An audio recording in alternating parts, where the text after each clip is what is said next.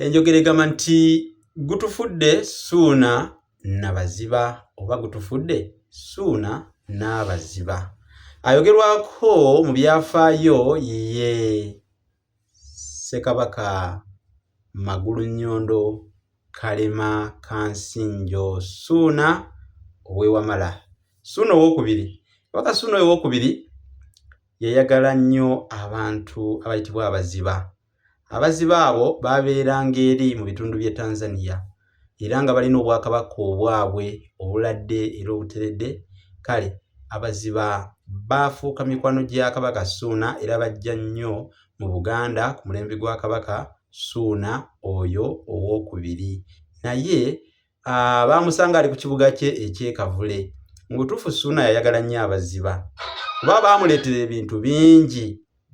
ebintu bingi. Omwali ensimbi, omwali omunnyo, embugo n'ebintu ebirala kafankunaali kubanga baaleeta ebintu ntolomolole by'oyinza okuyita eby'omugaso n'omutali, olw'ensonga nti ebimu balowooza nti bijja kuba bya mugaso eri Abaganda ate ebindi nga si bya mugaso. Naye ebyo nga tubiggyeko omwoyo kubanga si kye kyandeese. Njagadde kuttaanya enjogera eno egamba nti gutufudde Ssuuna n'abaziba. Njagadde nziggyeyo ekinyusi ekiri mu njogera eyo. Yatandika etya? Abaziba abo gye baakoma okwagalibwa ennyo Kabaka Ssuuna owookubiri ate gye yakoma okubakyawa.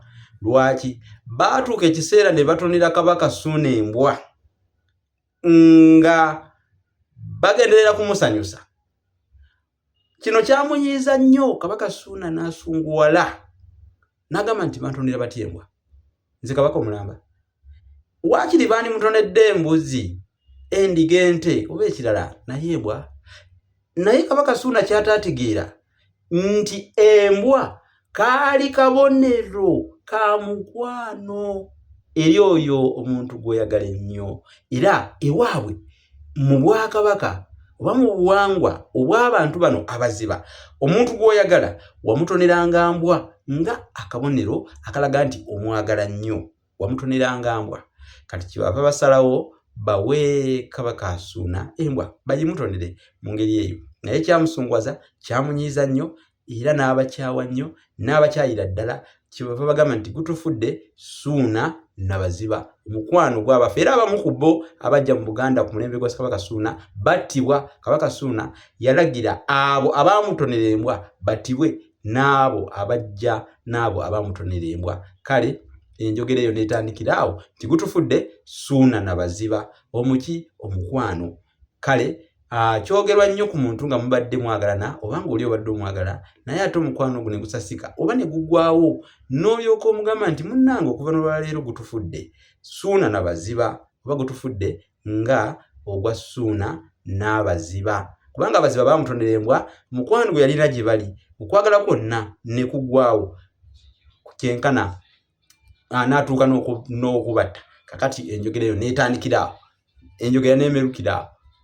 Okuva olwo nakati enjogera eyo ekozesebwa naye simanyi oba obadde omanyi bulungi enjogera eyo entandika gye yatandikamu. Kati yensonga lwaki nzize wano okutegeeza oba okukusomesa abalala bye batakugamba oba abasinga bye bayisaako amaaso bye batakusomesa. Kubanga guno omulembe omuntu asomesa ebyedda ebyafaayo oyo tebamuwa nnyo matu. Baagala bintuntu bityo baagala bintuntu bityo.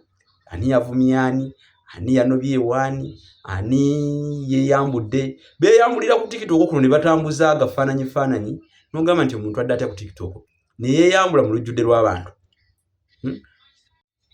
Bawemula ensana naggulo.